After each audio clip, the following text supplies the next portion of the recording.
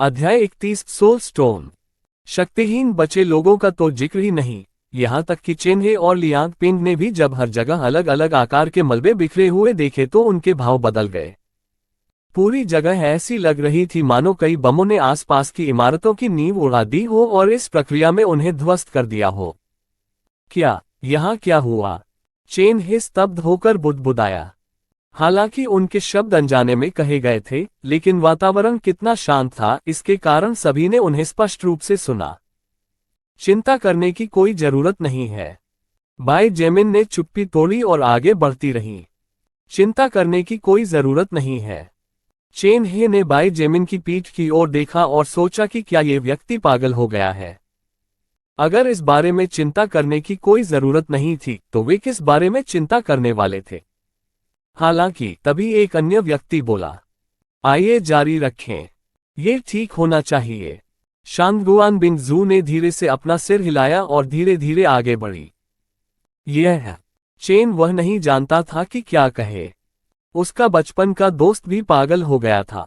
जब से दुनिया बदली, शांगगुआन बिन जू का रवैया उसकी यादों की तुलना में थोड़ा बदल गया था। ये प्रतिभाशाली तीरंदाज के लिए कुछ उलझन वाली बात थी। दरअसल ऐसा नहीं था कि वह बदल गई थी, शांगगुआन बिन जू बस नई दुनिया को अपना रहा था और जीवित रहने के लिए नए नियम सीख रहा था। इतना ही आसान। हीरे के दोनों किनारों की रक्षा करने वाले सेनानियों द्वारा मजबूर होने के कारण चेन्हे और लियांग पिंग के पास आगे बढ़ने के अलावा कोई विकल्प नहीं था। परिणामस्वरूप सभी जीवित बचे लोगों को चलने के लिए मजबूर होना पड़ा, चाहे वे चाहे या नहीं। आखिरकार वे अकेले जीवित नहीं रह सकते थे क्योंकि उनके पास ऐसा करने की शक्ति नहीं थी। हे भगवान! क्या वह खौफनाक चीज क्या है? बीटल। इतना बड़ा बीटल कैसे हो सकता है? जब 20 से अधिक लोगों का समूह उस स्थान पर पहुंचा जहां फर्स्ट ऑर्डर ब्लेजिंग बीटल का शरीर निष्क्रिय पड़ा था, तो इससे कोई फर्क नहीं पड़ता कि यह चेन्हे और लियांग पिंग थे या यह एक शक्तिहीन उत्तरजीवी था। वे सभी हौंफने लगे और एक कदम पीछे हट गए। प्राणी के शरीर को देखकर, जो 3 मीटर से अधिक लंबा था और एक छोटी मांस की इमारत जैसा दिखता था, वे सभी शब्दों से परे आश्चर्यचकित थे। इसके अलावा जब उन्होंने उस शक्तिशाली सींग और उसके लंबे पैरों को देखा तो उन सभी को ऐसा लगा जैसे उनके रोंगटे खड़े हो गए हों, बस उस तरह की किसी चीज का सामना करने की कल्पना कर रहे हों। कौन सा अन्य राक्षस इस भयानक जानवर को मारने में सक्षम हो सकता था?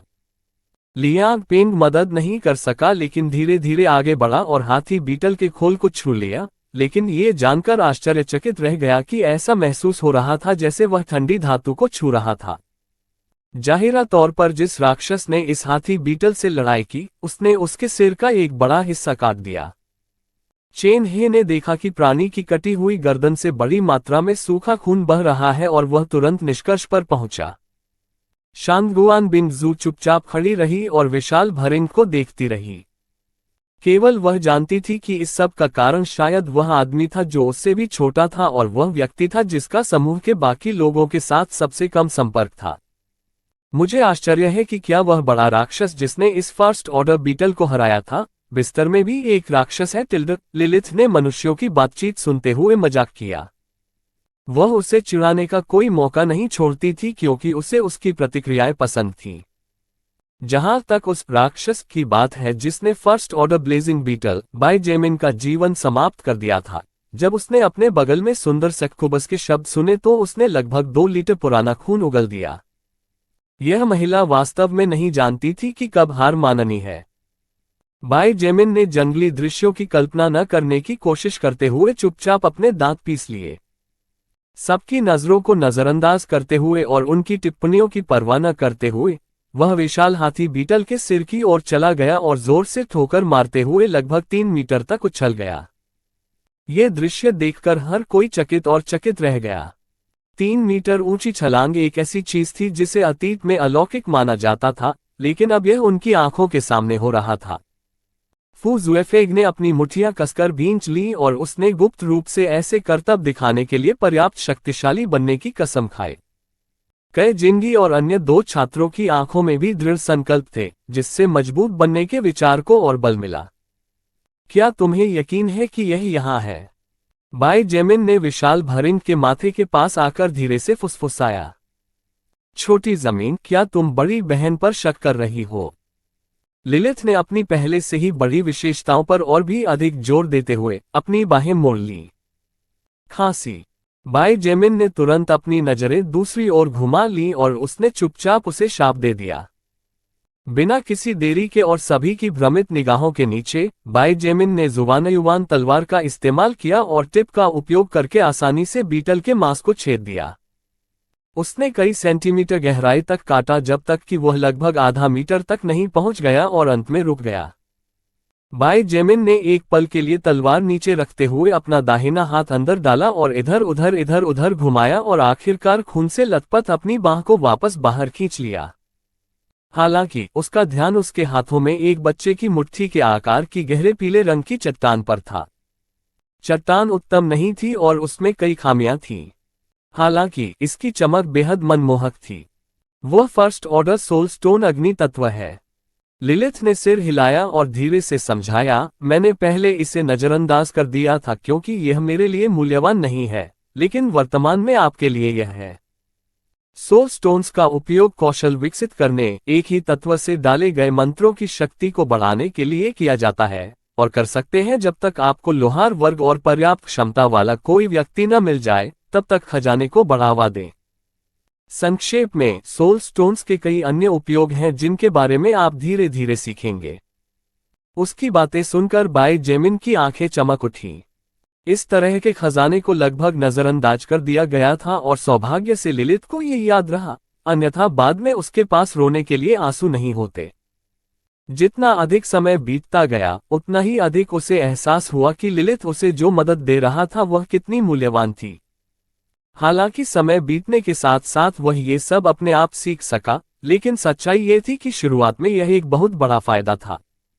एक शब्द भी कहे बिना, बाई जेमिन ने अपने बैकपैक से एक प्लास्टिक बैग निकाला और ध्यान से फर्स्ट ऑर्डर सोल स्टोन को अपने बैग में वापस रखने से पहले रख दिया। फिर उसने एक खाली बोतल निकाली और भरिंग से खून निकालना शुरू कर दिया। वह अपने रक्त हेरफेर कौशल को दूसरे क्रम में विकसित करने की आवश्यकताओं को नहीं भूला था। फर्स्ट ऑर्डर ब्लेजिंग बीटल को हराना इतना कठिन था और उसका जीवन इतने मौकों पर खत्म होने के करीब था कि बाई जेमिन 9 अन्य समान या अधिक शक्तिशाली प्राणियों को हराने की कल्पना भी नहीं कर सकती थी। इससे भी बुरी बात यह है कि उसे एक को हराने की भी जरूरत थी, दूसरे क्रम का राक्षस। एक समय में एक कदम, एक समय में एक कदम। बाई जेमिन ने अपना काम जारी रखते हुए आह भरी।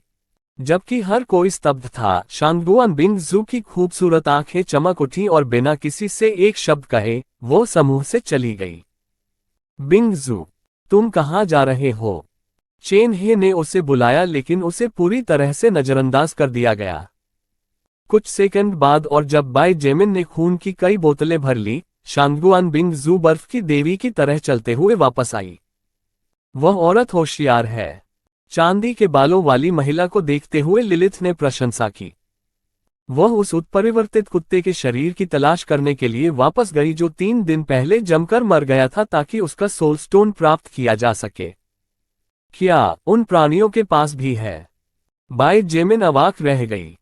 उन सभी को नहीं। लिलिथ ने अपना सिर हिलाया और धीरे से समझाया, यहां तक कि विकसित प्राणी भी आवश्यक रूप से सोल स्टोन नहीं बनाते हैं। इसके अलावा एक अनारक्षित प्राणी का मूल्य आधिकारिक तौर पर विकसित प्राणी के सोल स्टोन से बहुत कम मूल्यवान है। लेकिन फिर भी यह मूल्यवान है आपको।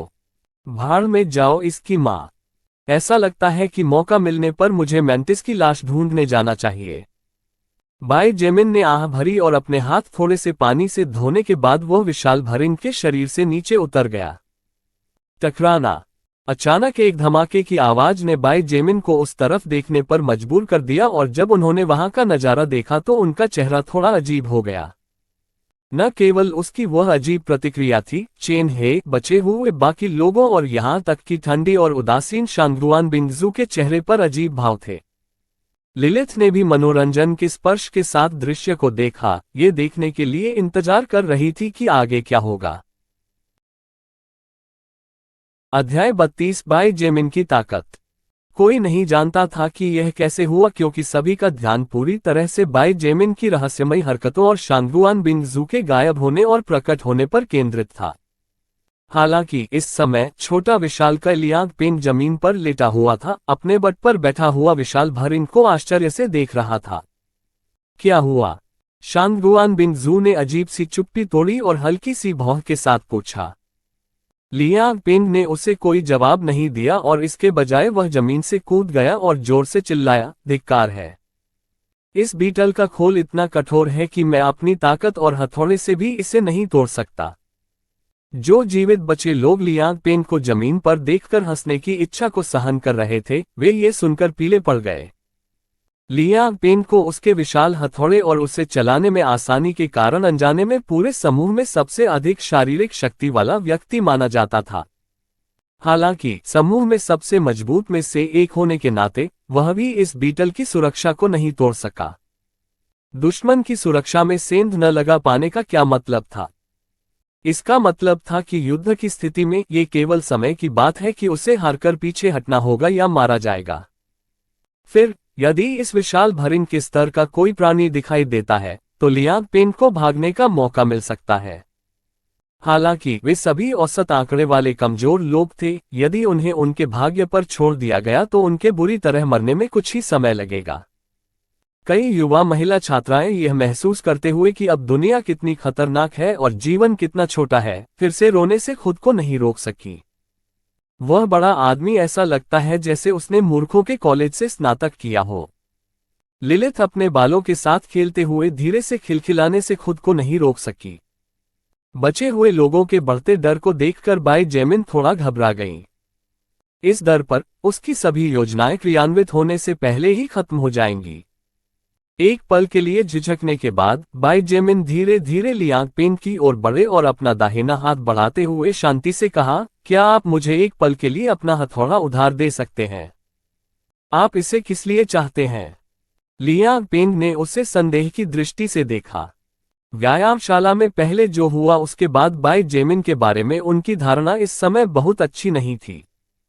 सिर्फ ये देखने के लिए कि क्या मैं बीटल की सुरक्षा को भेद सकता हूं। चिंता मत करो, मैं इसे तुरंत आपके पास वापस लाऊंगा। बाई जेमिन ने उसे गंभीरता से देखा और उसे आश्वासन दिया। लियांग पेंग ने उसकी ओर ऐसे देखा जैसे वह कोई बेवकूफ हो और कुछ कहने ही वाला था कि अचानक उसके दिमाग में एक विचार कौंधा। एक अजीब सी मुस्कान के साथ उसने अपना हथौड़ा उठाया और बाई जेमिन को दिया। यहाँ धन्यवाद। बाई जेमिन ने सिर हिलाया और अपना हाथ आगे बढ़ाया। जब बाई जेमिन का हाथ हथौड़े के हैंडल के संपर्क में आया तो लियांग पेंग ने उपहास किया और अपनी पकड़ छोड़ दी। हालांकि हथौड़े के वजन से बाई जेमिन को जमीन पर गिराए जाने का दृश्य वैसा नहीं हुआ जैसा लियांग पेंग अपने मन में कल्पना कर रहे थे। ओह देखो, बाई जेमिन लियांग पेंग का बड़ा हथौड़ा भी पकड़ सकती है। इतना ही नहीं, वो इसे एक हाथ से कर रहा है। सिसकियों की आवाज के बीच कुछ लोग धीरे धीरे फुसफुसाने लगे। चेन हे ने भी बाई जेमिन की शारीरिक ताकत पर आश्चर्य से अपनी आंखें झपकाईं। दूसरी ओर शांगुआन बिन जू की नीली आंखें चमक उठी मानो उसने अंततः अपने पहले सिद्धांत की पुष्टि कर दी हो। खोपड़ी तोड़ने वाला हथौड़ा सामान्य खजाना एटीएम नामक धातु से बनाया गया 2 मीटर से अधिक लंबा हथौड़ा। इसका वजन 300 किलोग्राम है और यह एक मध्यम आकार के वाहन को आसानी से कुचलने में सक्षम है, अगर इसके चलाने वाले के पास इसे चलाने की पर्याप्त शक्ति हो। सुसज्जित होने पर जोड़ 20 शक्ति। हथौड़ा चमकीले नीले रंग का था और हालांकि यह बाई जेमिन की जुआन तलवार के समान ही ताकत लाता था, विवरण पढ़ने और हथौड़े को उठाने की कठिनाइयों को देखने से यह स्पष्ट था कि उसकी तलवार हर पहलू में बेहतर थी। बाई जेमिन ने एक बड़ा कदम आगे बढ़ाया और हथौड़े को अपने अकेले स्वस्थ हाथ से उठाया और अपने दाहिने हाथ को अपने सिर के ऊपर उठाने के बाद हथौड़े को आकाश की ओर इशारा करते हुए उसके 85 स्ट्रेंथ पॉइंट पूरी तरह से टूट गए क्योंकि उसने अपनी पूरी शक्ति से नीचे की ओर प्रहार किया। बाई जेमिन की कुल ताकत के साथ हथौड़े का वजन विकास से पहले लगभग 9 सामान्य लोगों के बराबर था। अचानक हुई हलचल के परिणामस्वरूप एक जोरदार धमाका हुआ। बूम! एक जोरदार धमाके और एक छोटे से झटके के बाद कई छात्र खुद को जमीन पर गिरने से नहीं रोक सके क्योंकि जब हथियार के भारी वजन और उसके इस्तेमाल की ताकत से उनके पैरों के नीचे की जमीन हिल गई तो उन्होंने अपना संतुलन खो दिया। हर कोई यह सोचकर ठंडी हवा का झोंका लेने से खुद को नहीं रोक सका कि अगर वह झटका उन पर पड़ा तो क्या होगा। क्या उन्हें पीसकर मांस का पेस्ट नहीं बनाया जाएगा? उनके बारे में भूल जाओ, एक सामान्य घर भी ढह जाएगा। भाई जैमिन ने विशाल हाथी बीटल के खोल में दरारें देखी और संतुष्ट होकर सिर हिलाया। उसने लियांग पेन की ओर देखा, जो टूटे हुए खोल को देखकर दंग रह गया और लापरवाही से कहा, यह वास्तव में कठिन है। ऐसा लगता है कि मैं इसे नहीं तोड़ सकता। यहाँ आपके हथौड़े के लिए धन्यवाद। हथौड़े को उठाने के बाद लियांग पेन खुद को उस स्थान तक पहुंचने और छूने से नहीं रोक सका जहां बाई जेमिन ने अभी अभी हथौड़ा मारा था। Crack crack bang. जैसे कि यह सब आवश्यक था, जब लियांग पेन का हाथ खोल के संपर्क में आया तो 50 सेंटीमीटर से अधिक खोल जमीन पर गिर गया, जिससे अंदर का मांस और खूनी दरारें दिखाई देने लगी। यह क्या बाई जेमिन को एक विकसित चपलता वाला व्यक्ति नहीं माना जाता था? इसके अलावा उसकी ताकत लियांग पेन से भी बेहतर है। चेन वह भौचक्का रह गया जब उसने बीटल के वजन, हथौड़े के वजन और बाई जेमिन द्वारा किए गए भारी प्रहार से जमीन को फटा हुआ देखा। कौन जानता है, यहां तक कि मैंने अभी तक सब कुछ नहीं दिखाया है। आओ, मेरे दिमाग में एक विचार आया। शांगुआन बिन जू ने बाई जेमिन और लियांग पेन की ओर चलने से पहले अपना सिर थोड़ा हिलाया। मुझे लगता है कि हर कोई अपने रहस्य छुपाता है। चेन, उसने सिर हिलाया। उसने शांगुआन बिन जू का पीछा किया और जैसे ही उसने उसकी ओर देखा, वह मन ही मन सोचने से खुद को नहीं रोक सका, हालांकि मैं चाहता हूं कि तुमने मुझ पर इतना भरोसा किया होता कि तुम्हें रहस्य न पता होते। फिर बाई जेमिन ने शांगुआन बिन जू की ओर देखा और कुछ आश्चर्यचकित स्वर में कहा, आप चाहते हैं कि हम भोजन के रूप में बीटल मांस का उपयोग करें? शांगुआन बिन जू ने उदासीनता से सिर हिलाया और जारी रखा, मान नामक ऊर्जा दुनिया में जीवित प्राणियों को सशक्त बनाती है। फिर यह संभावना है कि विशाल बीटल के मांस में भी कुछ शेष मन होता है। मैं मानता हूं कि संभावना है कि यह मानव शरीर के लिए फायदेमंद है, ऊंचे है और यह भोजन का भी अच्छा स्रोत है। 4 मुख्य नेताओं के अलावा कई जिनाई भी उपस्थित थी, क्योंकि उन्होंने विकासवादी सर्वनाश के शुरुआती दिनों के दौरान अच्छे विचारों का प्रदर्शन किया था। इस बीच बचे हुए अन्य लोग फार्मेसी के अंदर थे और अधिक से अधिक दवा और चिकित्सा उपयोगिताओं की तलाश और भंडारण कर रहे थे जिन्हें ले जाना आसान हो। इस दुनिया में जहां हर कोने में अवांछित आश्चर्य का इंतजार है, ये संभावना नहीं थी कि सामाजिक व्यवस्था जल्द ही स्थापित हो जाएगी और दवा उत्पादन के प्रभारी प्रयोगशालाएं भी चालू नहीं होंगी। इसलिए अब जितना संभव हो उतना प्राप्त करना सबसे अच्छा होगा, क्योंकि उनके पास ऐसा करने का अवसर था। मुझे लगता है यह एक अच्छा विचार है। चेन, वह बिना किसी हिचकिचाहट के सहमत हुए। बाई जेमिन ने चुपके से उपहास किया। शांगुआन बिन जू के प्रेमी के रूप में चेन हे के लिए यह स्वाभाविक था कि वह जो भी कहे उससे सहमत हो। लियांग पेंग और कई जिंगी भी उनके सुझाव से सहमत थे। वे न केवल भोजन का स्रोत प्राप्त कर सकते थे, बल्कि वे राक्षस का मांस खाकर शरीर को मजबूत भी कर सकते थे। आखिरकार सर्वनाश का कारण कोई वायरस नहीं था, सब कुछ बदलने का कारण मन था।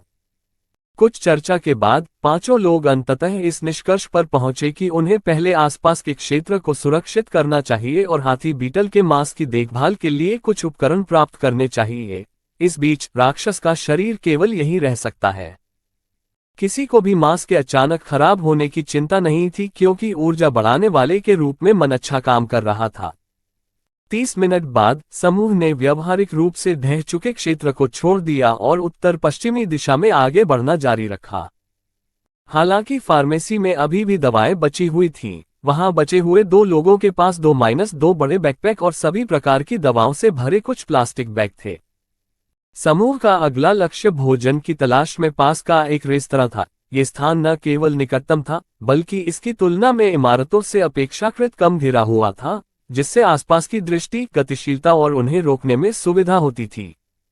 बिना किसी चेतावनी के ज़ूम्बीज़ का एक बड़ा समूह सामने आने की स्थिति में फंसने से एक 3 मंजिला इमारत के अंदर, जिसमें पहले कक्षाएं हुआ करती थीं, 2 लोग खिड़की के पास छिपे हुए थे और 50 मीटर दूर रेस्तरां की ओर देख रहे थे।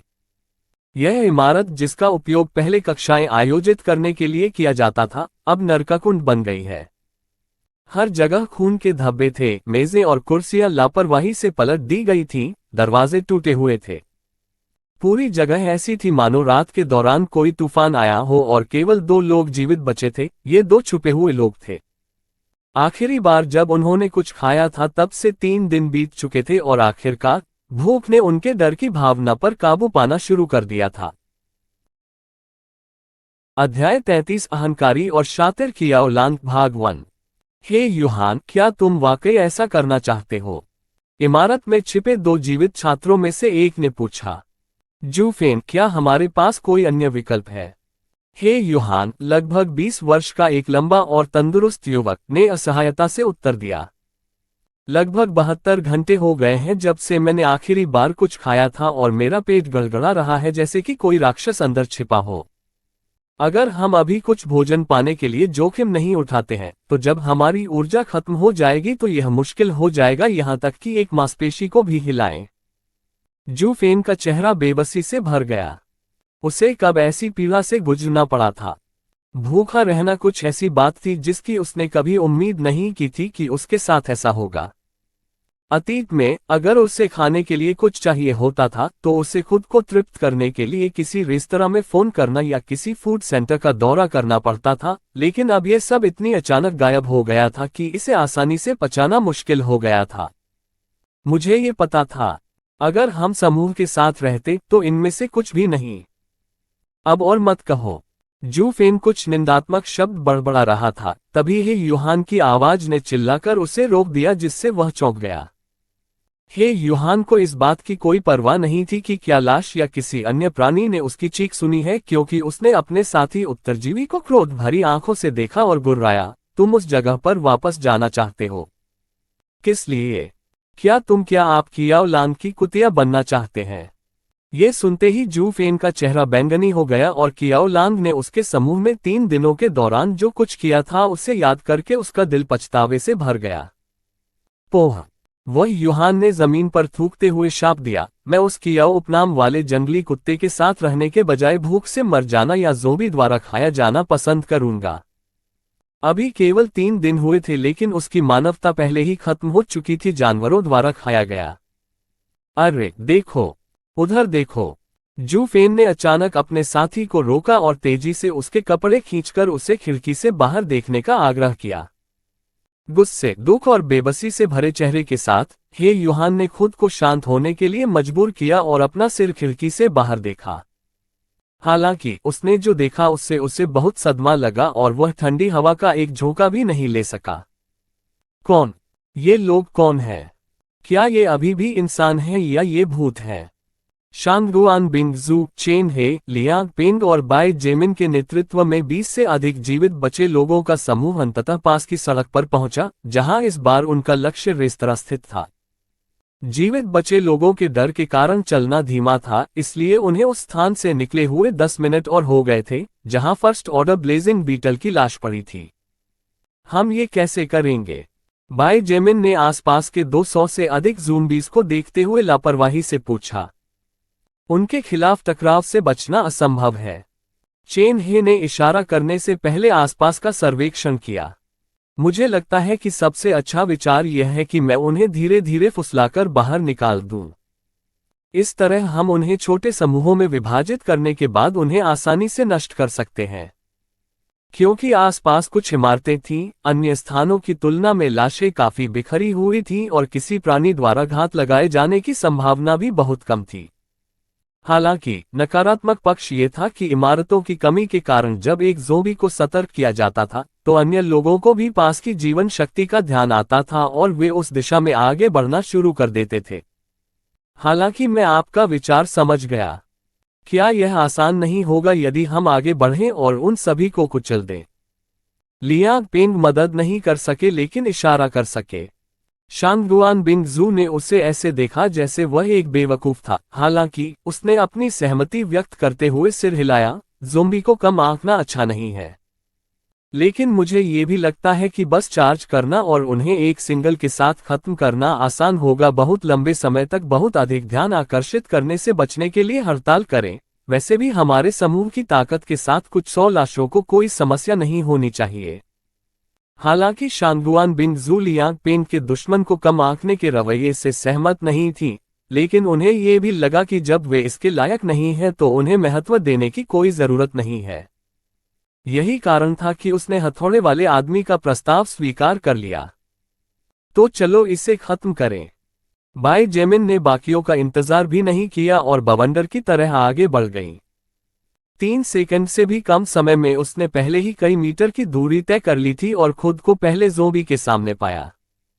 उसका दाहिना हाथ धीरे से हिल गया और जुबान युवान तलवार 1 सेकंड के लिए तेज रोशनी से चमक उठी। अगले ही पल में ज़ोंबी का सिर उड़ गया और आकाश में एक सुंदर चाप बन गया, जैसे लाल रक्त फव्वारे की तरह बाहर निकल गया। हालांकि बाई जेमिन बहुत समय पहले ही वह जगह छोड़ चुकी थी, इसलिए उसे खून की गंध भी नहीं सूंघ सकी, देखना तो दूर की बात है।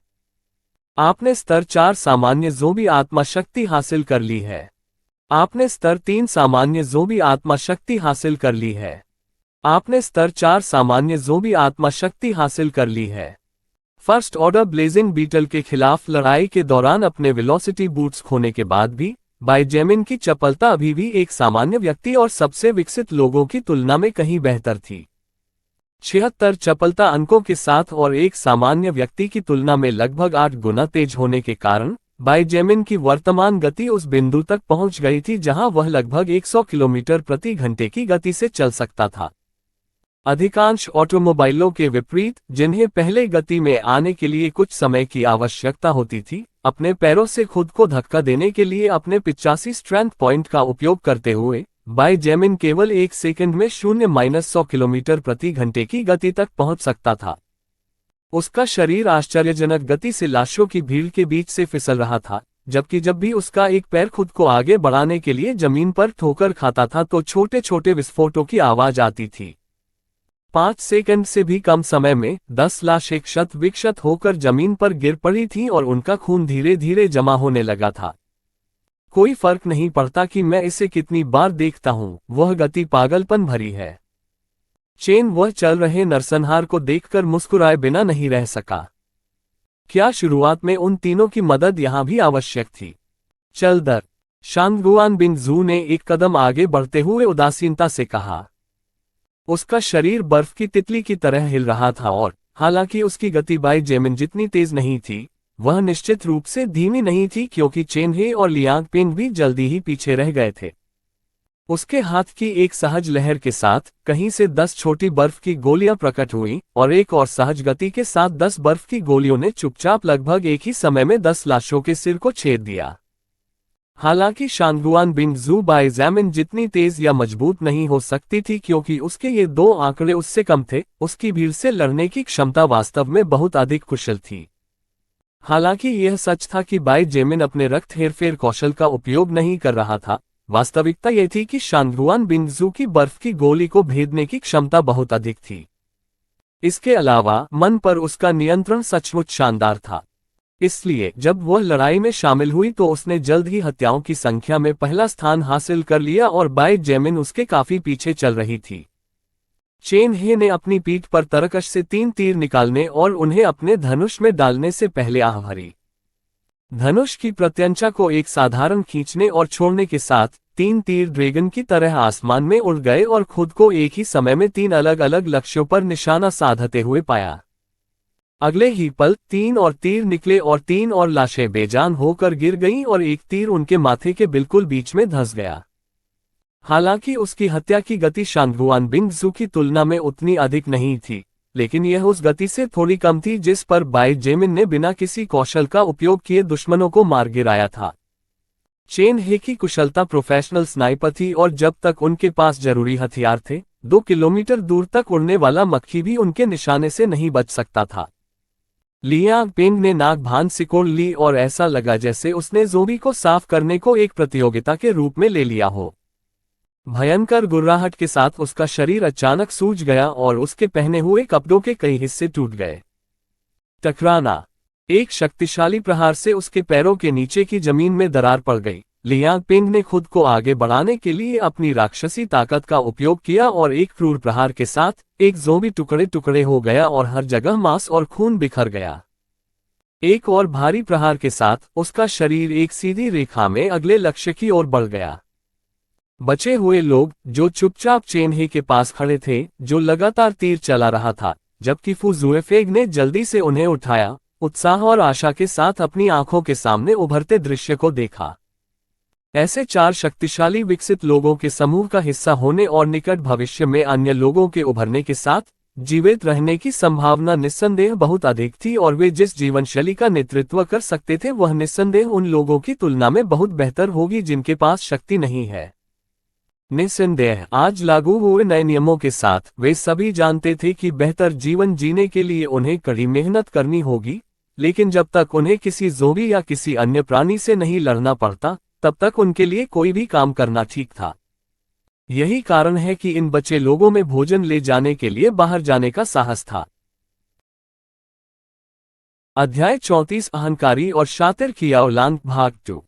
लगभग 5 मिनट के बाद सभी लाशें, यहां तक कि सबसे दूर दिखाई देने वाली लाश भी, 4 के समूह द्वारा पूरी तरह से नष्ट कर दी गई थी। बाई जेमिन ने उदासीनता से देखा क्योंकि 200 से अधिक लाशों का खून जमा होकर खून का एक बड़ा पूल बन गया था। हालांकि उनकी अभिव्यक्ति आकस्मिक थी, जब उन्होंने अपनी स्थिति की खिड़की को देखा तो उनके मन में कई विचार कौंध गए। लड़ाई केवल कुछ ही मिनटों तक चली थी, लेकिन बाई जेमिन ने 5 स्टैमिना अंक खा लिए थे। हालांकि यह सच था कि 5 अंक उसके कुल 180 अंकों की तुलना में बहुत अधिक नहीं थे। वास्तविकता यह थी कि ज़ोंबी के खिलाफ इस छोटी सी झड़प ने बाई जेमिन को और भी अधिक एहसास कराया था कि भले ही वह मजबूत था, फिर भी वह उस बिंदु तक नहीं पहुंच पाया था उन अनंत प्राणियों की सेना से मुकाबला करने में सक्षम होना, जो न तो डर शब्द का अर्थ जानते थे और न ही दर्द शब्द का अर्थ जानते थे। कुछ 100 ज़ॉम्बीज ठीक थे, लेकिन अगर उनमें से कई हजार होते, तो खुद बाई जेमिन के पास भी अपनी सहन शक्ति पूरी तरह खत्म होने से पहले पीछे हटने के अलावा कोई विकल्प नहीं होता, अन्यथा वह ज़ॉम्बी भोजन बन जाते। लियांग पेंग थोड़ा हौंफ रहा था। जाहिर तौर पर उसकी सहन शक्ति के आंकड़े विशेष रूप से ऊंचे नहीं थे और उसने शायद बाई जेमिन से भी अधिक शराब पी थी, जिसका शरीर लगातार और अधिक समान रूप से विकसित हुआ था। चेन वह अपनी उंगलियों को धीरे धीरे रगड़ते हुए कुछ तीर उठा रहा था, ऐसा लग रहा था जैसे वह सुन्न हो गया हो। इसके अलावा उसकी छाती आसानी से ऊपर नीचे हो रही थी, भले ही उसे हर जगह दौड़ना न पड़ा हो। एक ही समय में पूरी सटीकता के साथ 3 तीर चलाने के लिए उसे जिस इष्टतम एकाग्रता का प्रयास करना पड़ा, वह कोई साधारण बात नहीं थी और दबाव उसके लिए बहुत बड़ा था। जहां तक शांगुआन बिंगजू की बात है, वह हमेशा की तरह उदासीन थी और यह जानना असंभव था कि उसके दिमाग में क्या चल रहा था। जल्द ही जीवित बचे लोगों का समूह रेस्तरां में दाखिल हुआ और निरीक्षण करने लगा कि वे क्या ले सकते हैं और क्या नहीं। जैसे ही वे खून से भरी लाशों के पास से गुजरे, लोहे की गंध ने उनकी नाक पर हमला कर दिया और उनमें से कई को आगे बढ़ने के लिए दूसरों का सहारा लेना पड़ा, क्योंकि उनके पैर इस हद तक नर्म हो गए थे कि वे किसी भी समय जमीन पर गिर सकते थे। हम क्या करते हैं? जू फेन ने छोटी सी इमारत की खिड़की से बाहर देखते हुए धीरे से फुसफुसाया। हे यूहान 1 मिनट से अधिक समय तक चुप रहा और अंततः कुछ झिझकते हुए बोला, मुझे लगता है कि हमें उनसे संपर्क करने का प्रयास करना चाहिए। क्या? और क्या होगा यदि वे भी कियाओ लांग की तरह बन जाएं और अपनी शक्ति का दुरुपयोग करें? जू फेन बहुत इच्छुक नहीं लग रहे थे। हालांकि उसने पहले पूछा था कि क्या करना है, वास्तव में उसे उम्मीद थी कि उसे यह जगह नहीं छोड़नी पड़ेगी। डर और पिछले सप्ताह में उसने जो चीजें देखीं, उसने जू फेन को एक भयभीत व्यक्ति में बदल दिया था, जो थोड़ा सा जोखिम लेने के बजाय भूख से मरना पसंद करेगा। ये सुनकर वही यूहान भी थोड़ा झिझका। हालांकि उन्होंने अपना सिर हिलाया और दृढ़ता से कहा, नहीं, मुझे नहीं लगता कि वे कियाओ उपनाम वाली उस कुतिया के समान है। छात्र संघ की अध्यक्ष शांगुआन बिंगजू उनके साथ थीं और वह अपनी निष्पक्षता के लिए जानी जाती हैं। इसके अलावा एक महिला के रूप में वह निश्चित रूप से कियाओ लॉन्ग जैसे नृशंस कृत्यों को अपने सामने नहीं होने देगी। जू फेन सिर हिलाए बिना नहीं रह सका। उन्होंने जीवित बचे लोगों में शांगुआन बिंगजू को भी पहचान लिया था। वह एक बेहद मजबूत और सक्षम सेनानी थी, जिसमें इच्छानुसार बर्फ बनाने और उसे नियंत्रित करने की क्षमता थी, जैसे कि यह कुछ ऐसा था जो वह जीवन भर करती रही हो। ये ध्यान में रखते हुए कि शांगगुआन बिंग जू को अतीत में अपने निर्णयों में बेहद धार्मिक माना जाता था, जू फेन का मानना था कि वह इतनी जल्दी मानव त्वचा के साथ एक जानवर में नहीं बदलेगी। इसके अलावा अगर हम उनके साथ नहीं जाते हैं तो हम यहाँ भूखे कुत्तों की तरह मर जाएंगे। इससे भी बदतर, रात में एक ज़ोंबी आ सकता है और हमें देखे बिना ही हमें खा सकता है। हे यूहान ने अपना सिर हिलाया और धीरे धीरे खड़ा हो गया और पूरे 3 दिनों तक कुछ भी न खाने के कारण आए चक्कर से लड़ रहा था। उसे दरवाजे की ओर चलते देखकर जू फेन अपने दांत पीसकर खड़ा हो गया और उसके पीछे पीछे चलने लगा। 20 से अधिक जीवित बचे लोगों के समूह को रेस्तरां में भरपूर भोजन मिला। एकमात्र दुर्भाग्यपूर्ण बात यह थी कि अधिकांश भोजन टिकाऊ नहीं था क्योंकि डिब्बाबंद भोजन यहाँ विशेष रूप से लोकप्रिय नहीं था। फिर भी 30 किलोग्राम से अधिक चावल, नूडल्स, आटा और अन्य विविध वस्तुएं ऐसी पाई गईं जिन्हें नमी से दूर रखने के अलावा किसी विशेष देखभाल की आवश्यकता नहीं थी। इस प्रकार का भोजन बहुत अधिक विशिष्ट देखभाल के बिना भी लंबे समय तक चल सकता है, जो एक अच्छी बात है। सादे भोजन के अलावा उन्हें सफेद मांस और लाल मांस भी मिला, लेकिन क्योंकि व्यायामशाला का रेफ्रिजरेटर विशेष रूप से बड़ा नहीं था, वे केवल कुछ किलो ही ले सके, इससे पहले कि उन्हें बाकी खाना वहीं छोड़ना पड़ा क्योंकि डिफ्रॉस्ट किया हुआ मांस वैसे भी खराब होने से पहले लंबे समय तक नहीं टिकता था। सभी प्रकार के भोजन और पेय के साथ लगभग 60 बैकपैक भरने के बाद, जिस समूह को कम से कम अगले 2 सप्ताह तक 100 लोगों को खिलाने के लिए पर्याप्त भोजन मिल गया था, वह जाने ही वाला था कि 2 लोग सामने आए। अन्य जीवित बचे लोग। चेन हे आश्चर्यचकित रह गया और आगे बढ़ गया। हालांकि इससे पहले कि वह बहुत दूर जा पाता, शांगगुआन बिंग जू ने उसे रोका और उसे अपनी जगह पर रुकने का इशारा किया। उसने दोनों लोगों को ध्यान से देखा और पूछा, मेरा नाम शांगगुआन बिंग जू है, क्या मैं जान सकती हूँ कि तुम कौन हो? शांगगुआन अध्यक्ष। मेरा नाम ही यूहान है, जो 3रे वर्ष का छात्र है। वह यूहान अपना परिचय देने से पहले घबराकर हकलाने से खुद को नहीं रोक सका। हालांकि दूसरे युवक ने अपना परिचय नहीं दिया और इसके बजाय चौड़ी आंखों से शांगगुआन बिंग जू को घूर कर देखा। कितनी सुंदर स्त्री है। जू फेन को कभी शांगगुआन बिंग जू को करीब से देखने का अवसर नहीं मिला था और यह पहली बार था जब उसे ऐसा अवसर मिला था। हालांकि जब उसने देखा कि वह कितनी सुंदर थी तो वह इस हद तक स्तब्ध रह गया कि उसके दिमाग ने काम करना बंद कर दिया। उसका ठंडा चेहरा बर्फ की परी की तरह था और उसके शरीर के उभार इतने प्यारे थे कि उसकी पोशाक भी उन्हें पूरी तरह से नहीं ढक सकती थी। जू फेन को पहले महसूस हुई ऊर्जा की सारी कमी उसे देखकर ही गायब हो गई।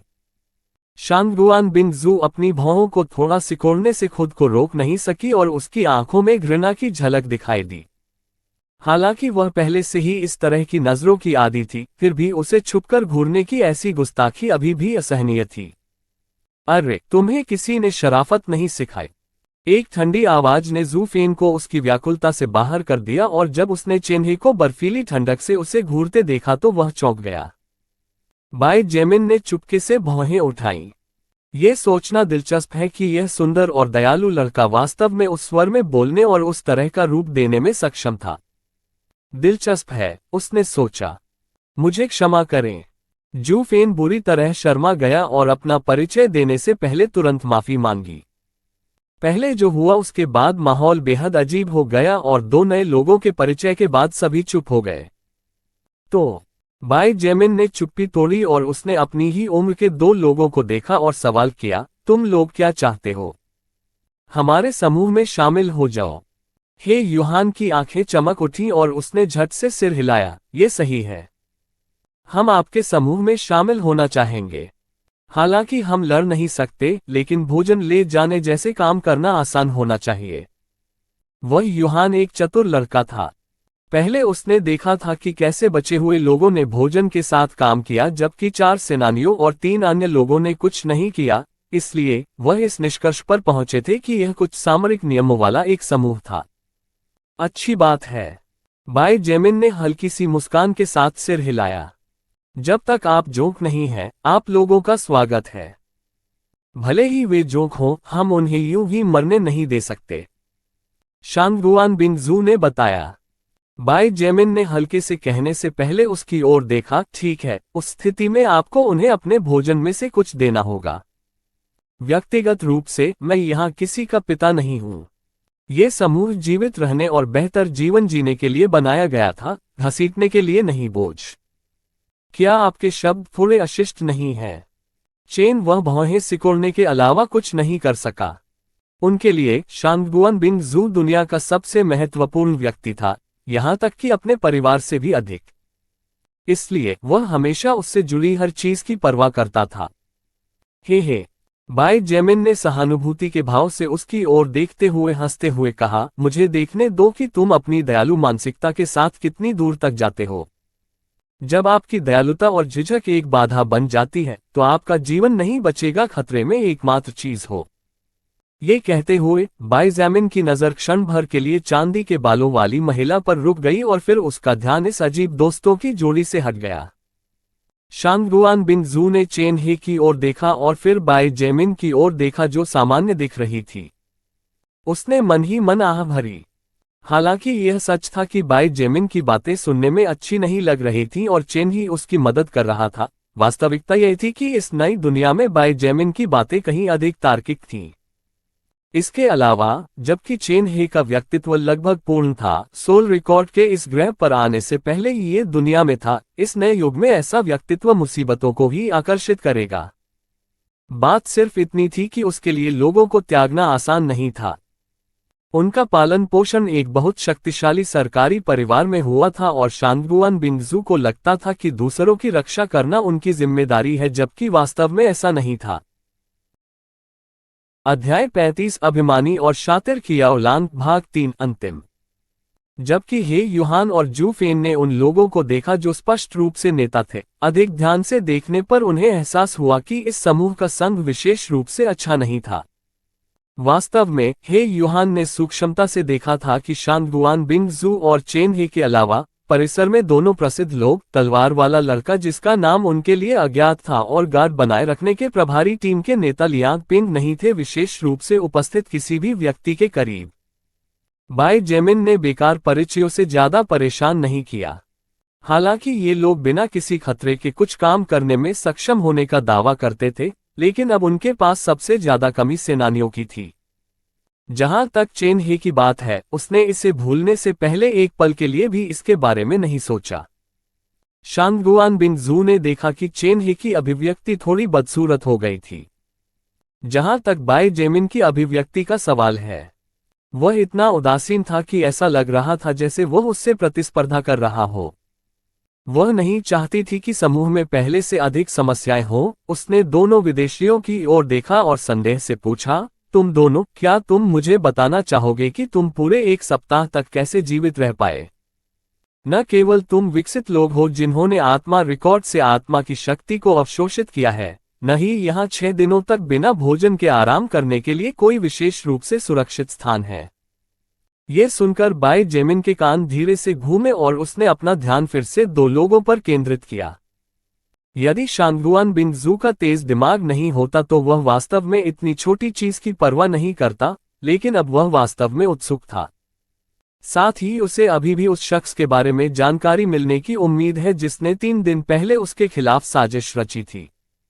जब बाई जेमिन अपने सबसे गंभीर घावों से उबर रहा था, लिलिथ ने उसे बताया था कि एक आदमी जो उस समूह से संबंधित नहीं था जिसका वह हिस्सा था, उसने फर्स्ट ऑर्डर ब्लेजिंग बीटल के खिलाफ मौत की लड़ाई खत्म करने के बाद उसे घेरने के लिए कई लाशों को लालच दिया था। उस समय यदि शांगगुआन बिंग जू की समय पर उपस्थिति नहीं होती तो बाई जेमिन की वास्तव में उसी स्थान पर मृत्यु हो गई होती। यही कारण था कि उसके प्रति उसका रवैया थोड़ा अधिक सहिष्णु हो गया था, क्योंकि वह जानता था कि वह कर्ज में डूबा हुआ है। बाई जेमिन हमेशा एहसानों को याद रखने वाले व्यक्ति थे, लेकिन उन्हें दुश्मनी भी याद रहती थी। बीते दिनों उनके एक करीबी शख्स ने उन्हें बेहद क्रूर तरीके से धोखा दिया। बदला लेने के लिए जब बाई जेमिन अपने अवसाद से उबर गया तो वह चुपचाप उस व्यक्ति के शयन कक्ष में घुस गया और रात के दौरान धातु के पाइप से उसके पैर और हाथ तोड़ दिए। वह उस व्यक्ति के बारे में कैसे भूल सकता है जो उसे ज़ोंबी भोजन में बदलने का इरादा रखता था। हालांकि बाई जेमिन को इन लोगों के मुंह से ऐसा कोई व्यक्ति मिलने की उम्मीद नहीं थी, फिर भी नरक में भी सुखद आश्चर्य हुआ। जब उसने शांगगुआन बिंग जू का प्रश्न सुना तो हे युहान की आंखों में क्रोध, तिरस्कार, उदासी और कई जटिल भावनाएं चमक उठीं। धीमी आवाज में उसने उन घटनाओं को बताना शुरू किया जो उसने और जू फेन ने दुनिया बदलने के पहले कुछ दिनों में देखी थी।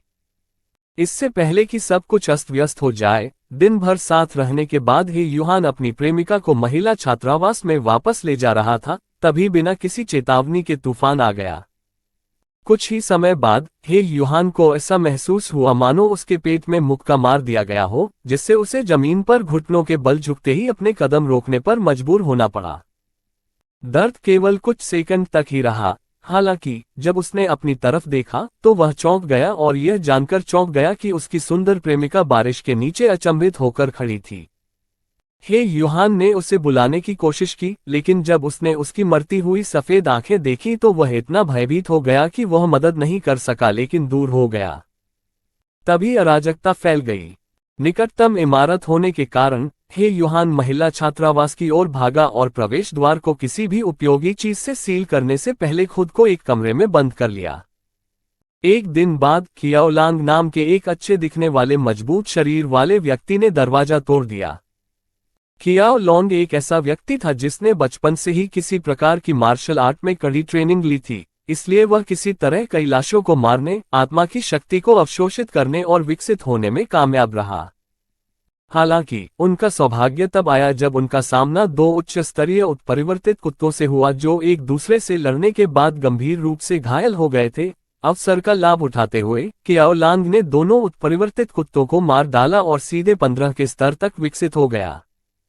हालांकि कियाओलांग वास्तव में एक क्रूर सांप था जिसने अपने नुकीले दांतों को एक सुंदर आदमी के मुखौटे के पीछे छुपाया था। सत्ता हासिल करने के बाद उन्होंने बहुत जल्दी समझ लिया और स्वीकार कर लिया कि दुनिया और अतीत के नियम अब मान्य नहीं हैं। इस नई दुनिया में एकमात्र वैध नियम ये था कि सभी नियम उसी के द्वारा लिखे गए थे जिसकी मुट्ठी सबसे मजबूत थी। पूरी स्थिति को समझने के बाद कियाओलांग ने उत्कृष्ट अनुकूलन क्षमता दिखाए। हालांकि उसने किसी भी चीज की परवाह किए बिना नए जीवन का आनंद लेते हुए अपनी सभी गहरी इच्छाओं को भी उजागर किया। अपने समूह में कियाओलांग ने सभी को उसे राजा कहने के लिए मजबूर कर दिया था। राजा के रूप में कियाओलांग के पास स्वाभाविक रूप से अपना खुद का हरम था जिसमें कुल 8 खूबसूरत महिला छात्र और 2 खूबसूरत महिला शिक्षक थीं। इन 10 महिलाओं में से केवल 4 ही खुश थीं क्योंकि वे सबसे अच्छा खाना खा सकती थीं और उन्हें किसी मजबूत व्यक्ति का समर्थन प्राप्त था, लेकिन अन्य 6 अनिच्छुक थे। दुर्भाग्य से ये महिलाएं कमजोर थीं और कियाओलांग ने बस खुद को उन पर थोप दिया। कियाओलांग ने न केवल महिलाओं को अपनी सेवा करने के लिए मजबूर किया, बल्कि सबसे अच्छा खाना भी खाया और जीवित बचे लोगों के समूह के भीतर उपलब्ध सर्वोत्तम उपचार का आनंद भी लिया जिन्हें उसने बचाया था। इससे स्वाभाविक रूप से कई लोगों में असंतोष उत्पन्न हो गया था, जिसके लिए 5 गर्म खून वाले छात्रों का एक समूह उनका सामना करने के लिए खड़ा हो गया था। बहुत बुरा, ये गर्म खून वाले छात्र बिल्कुल सामान्य लोग थे। 5 सामान्य मनुष्य कियाओलांग की तुलना कैसे कर सकते हैं, जो न केवल मार्शल आर्ट में पारंगत थे, बल्कि अपने से भी अधिक बड़ी मात्रा में आत्मिक शक्ति को आत्मसात कर चुके थे। कियाओलांग ने 5 पुरुष छात्रों के पैर तोड़ दिए और उन्हें जोर से हंसते हुए लाशों के एक समूह में फेंक दिया, क्योंकि उसने उन्हें अपने हाथों से रेंगते हुए देखा और धीमी गति से चलने वाले लाशें समान गति से उनका पीछा कर रही थीं। अंत में ज़ोंबी की असीमित सहनशक्ति के कारण जब 5 छात्रों की सारी ताकत समाप्त हो गई तो उन्हें जिंदा खा लिया गया। इस घटना के बाद किसी ने कियाओलांग का विरोध करने की हिम्मत नहीं की और वह याशी और अनियंत्रित जीवन जी रहा था, जबकि बाकी लोग बिल्लियों और कुत्तों का जीवन जी रहे थे। कहानी सुनाने के बाद यूहान ने बताया कि वह और जू फेन भागने में इसलिए कामयाब रहे क्योंकि 3 दिन पहले कियाओलांग किसी कारण से भयभीत होकर लौटा था और उसने अपनी कई शाही रखैलों के साथ शारीरिक संबंध बनाकर अपना सारा डर निकाला था। इस मौके का फायदा उठाकर वे दोनों रात में ही भाग गए। जब जीवित बचे लोगों के समूह ने कियाओलांग की हरकतों के बारे में सुना तो उनमें से अधिकांश लोग ठंडी हवा का झोंका लेने से खुद को नहीं रोक सके। मौत से भी बदतर जीवन जीने के विचार से महिलाएं दहशत से कांप उठीं और उन लोगों द्वारा अनुभव किए जा रहे कष्ट को देखकर उनकी आंखें दर्द से भर गईं। यूहान के शब्दों ने सभी को यह एहसास दिलाने का भी काम किया कि वे कितने भाग्यशाली थे। आखिरकार जबकि समूह की अपनी समस्याएं थीं, कम से कम हर कोई अपेक्षाकृत सभ्य था और 4 सबसे मजबूत नेताओं ने अपना विवेक बरकरार रखा, यहां तक कि लंपट लियांग पेंग ने भी किसी को कुछ भी अश्लील करने के लिए मजबूर नहीं किया था। अचानक उस स्थान का तापमान एक साथ कई डिग्री गिरता हुआ प्रतीत हुआ और जीवित बचे लोग पीछे हटने से खुद को नहीं रोक सके और उन्होंने आश्चर्य और घबराहट के साथ सुंदर और आमतौर पर उदासीन शांग्रुआन बिंगजू को देखा। यहां तक कि बाई जेमिन, चेन हे और लियांग पेंग को भी कई कदम दूर जाना पड़ा क्योंकि वे उसे अलग अलग प्रतिक्रियाओं से देख रहे थे। उसके पैरों के नीचे की जमीन पूरी तरह से जम गई थी, जबकि हे युहान को देखते समय उसकी आंखें आग से जलती हुई लग रही थीं। बहुत धीरे से उसने एक एक शब्द कहा, आप मुझे उस स्थान पर ले चलो जहां कियाओ लोंग है। उसकी आवाज सहस्राब्दी बर्फ की तरह ठंडी थी जो सारी गर्माहट से कट गई थी और भावनाओं के बारे में सब कुछ भूल गई थी। अध्याय 36 आड़ कंपा देने वाली ठंडक। विश्वविद्यालय परिसर के उत्तर में एक भवन में 4थी मंजिल।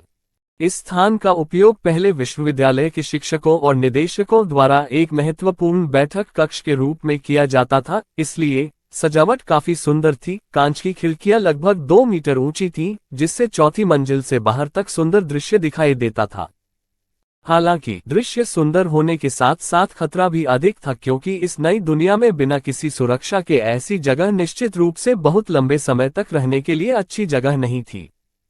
लगभग 21 या 22 साल का एक युवक जिसका चेहरा काफी सुंदर था और जिसका शरीर काफी फिट था, चमड़े की कुर्सी पर बैठा हुआ एक गिलास विस्की पी रहा था। जबकि छात्रों को उनकी उम्र की परवाह किए बिना विश्वविद्यालय के मैदान में शराब पीने की सख्त अनुमति नहीं थी। शिक्षकों के पास अपने स्वयं के स्टॉक थे, इसलिए उनके लिए कई बोतलें ढूंढना आसान नहीं था। युवक की गोद में उसकी ही उम्र की एक खूबसूरत छात्रा थी।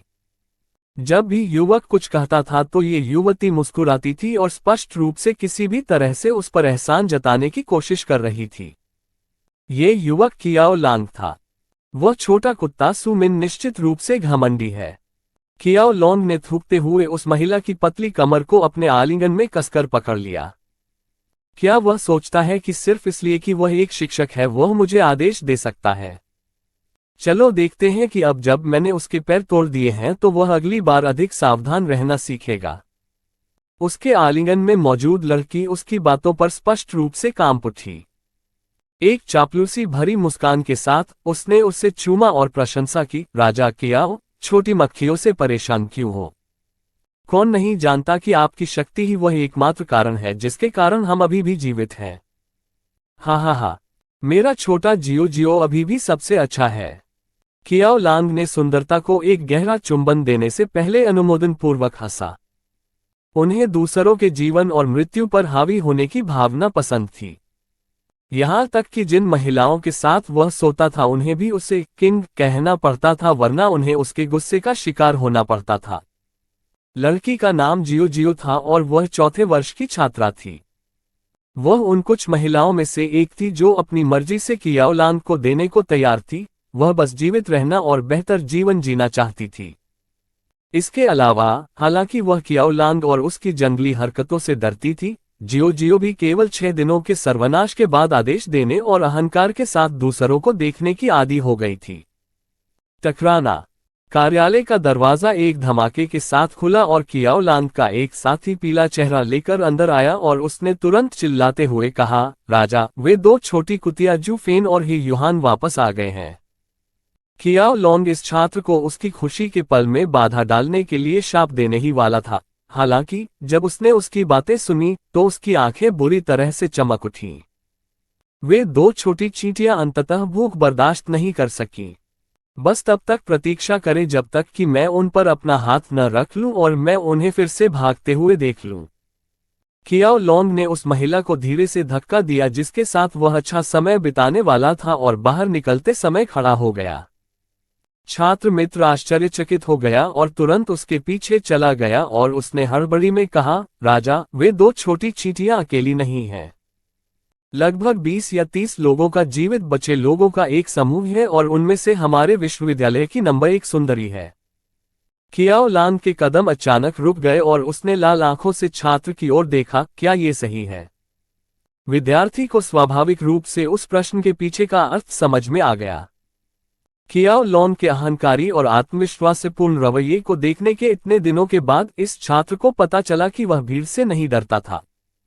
ये वास्तव में वह है। मैंने उसे अपनी आंखों से देखा था। शांगगुआन बिंगजू उस सुंदर चेहरे वाले चेन ही और 2 अन्य लोगों के साथ थी जिन्हें मैं नहीं जानता। कियाओ लॉन के चेहरे पर एक बड़ी मुस्कान दिखाई दी और वह लंबे लंबे डग भरता हुआ बाहर चला गया क्योंकि वह उस अहंकारी महिला के शरीर के साथ आनंद लेने का दिवास्वप्न देख रहा था जिसके बारे में अनगिनत पुरुष सपने देख रहे थे, यहाँ तक कि शिक्षक भी गुप्त रूप से सुंदर शांगगुआन बिंगजू को देख रहे थे। जहां तक चेन हे और अन्य 2 अजनबियों का सवाल है, कियाओ लॉन्ग ने उन्हें पूरी तरह से नजरअंदाज कर दिया।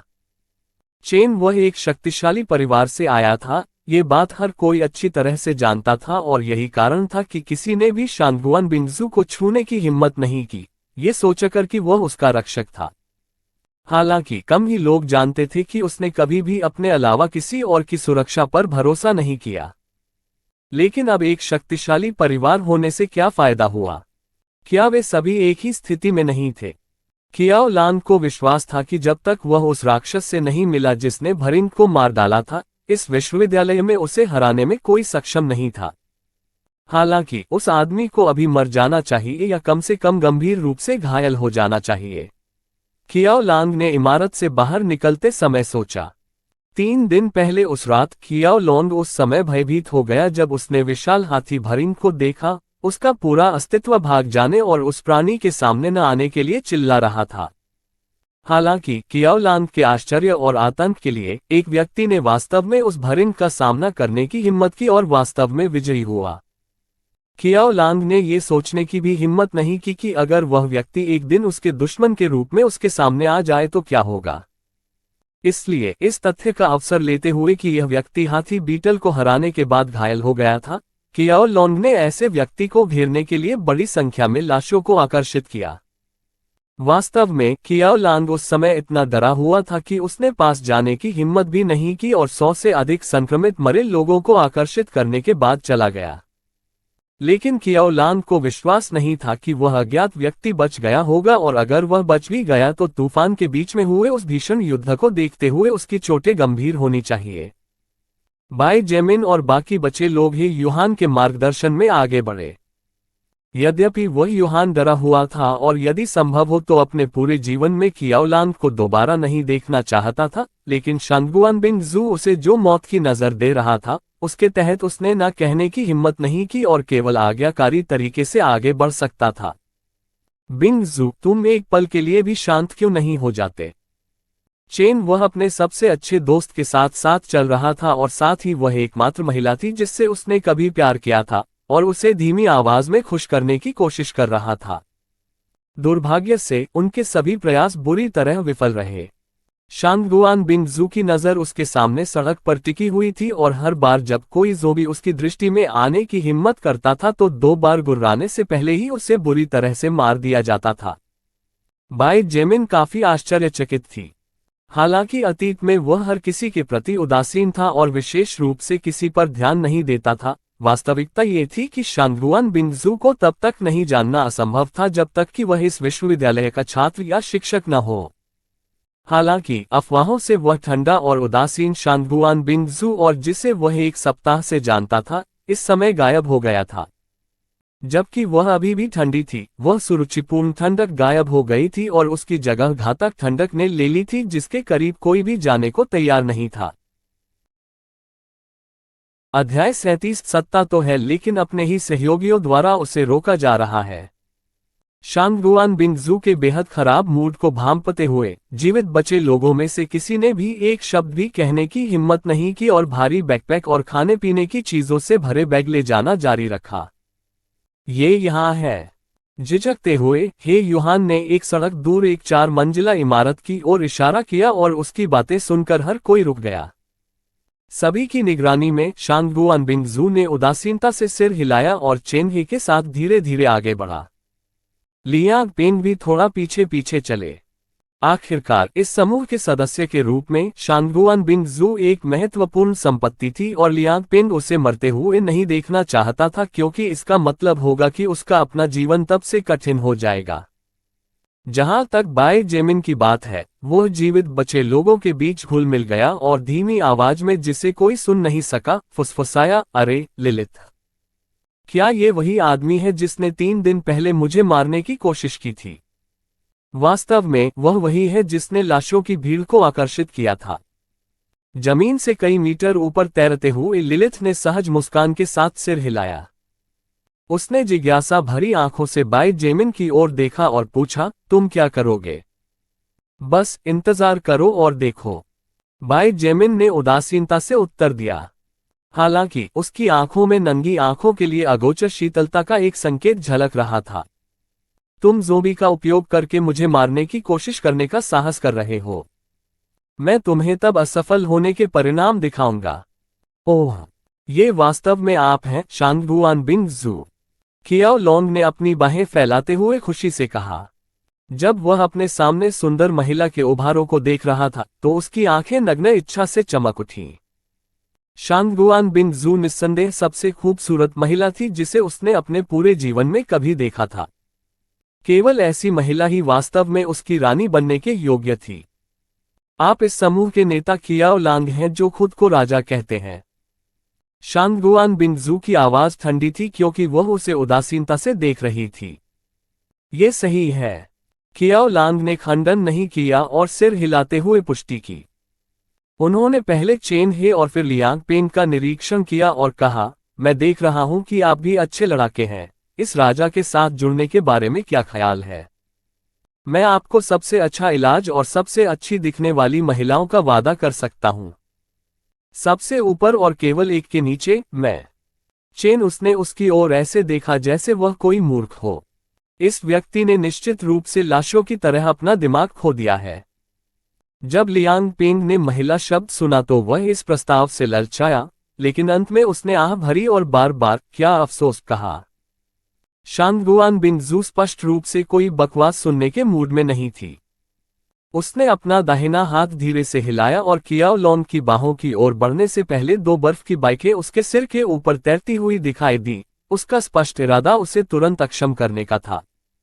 चूंकि तुम हमेशा के लिए मेरी बनने को राजी नहीं होगी, तो जब तुम मेरे हाथ लग जाओगे तो मैं तुम्हें अपनी निजी कुतिया बना लूंगा, कियाओ लांग ने जवाब में फुसफुसाया। वह पहले से ही उम्मीद कर रहा था कि चीजें उसके अनुसार नहीं होंगी, इसलिए वह गुप्त रूप से सतर्क था। तोड़ना, कियाओ लोंग चिल्लाया और आगे की ओर मुक्का मारा।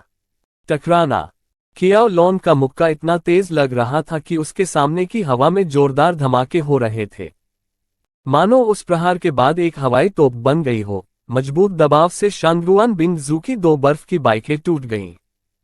एक स्टॉम्प के साथ कियाओ लोंग का शरीर शांगुआन बिंग जू को घूरते हुए पूरी गति से आगे बढ़ा और उसे एक दूरदर्शी लड़ाकू के रूप में पहचाना।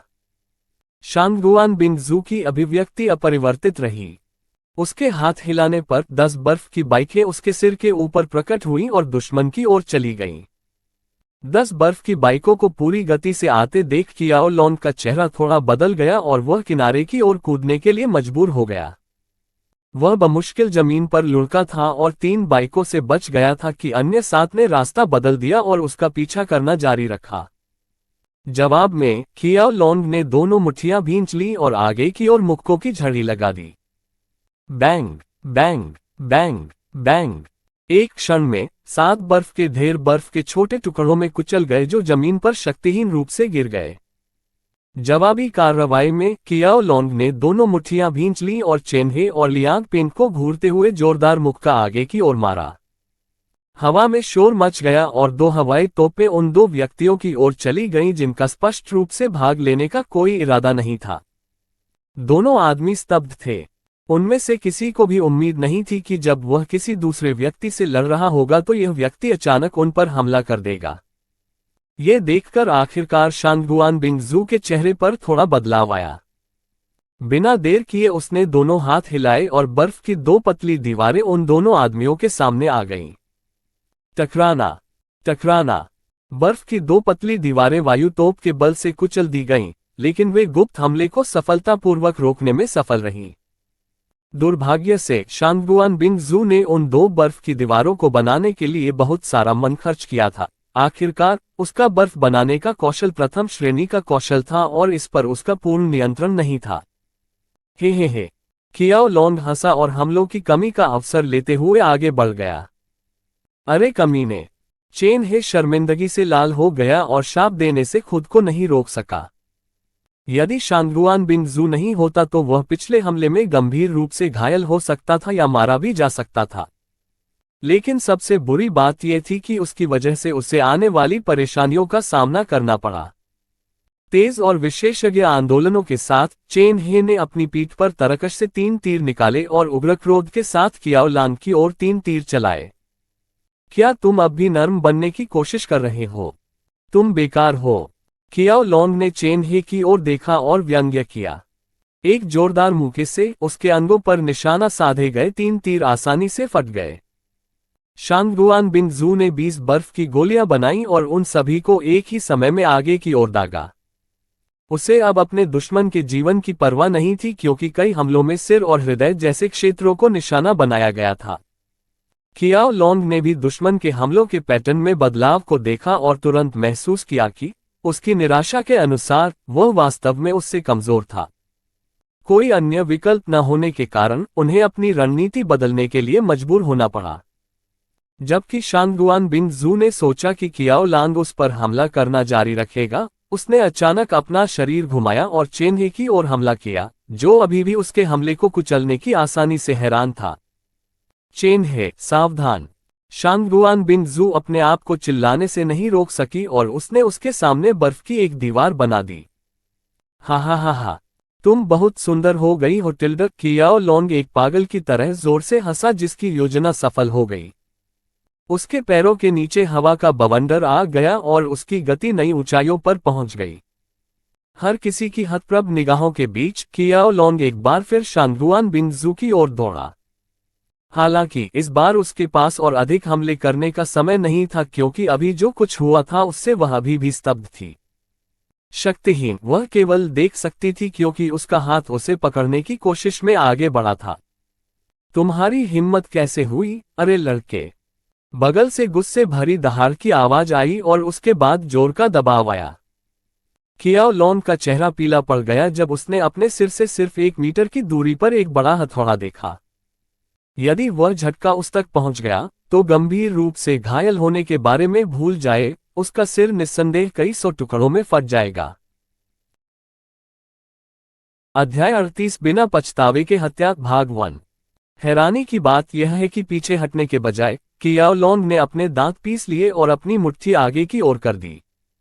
बूम!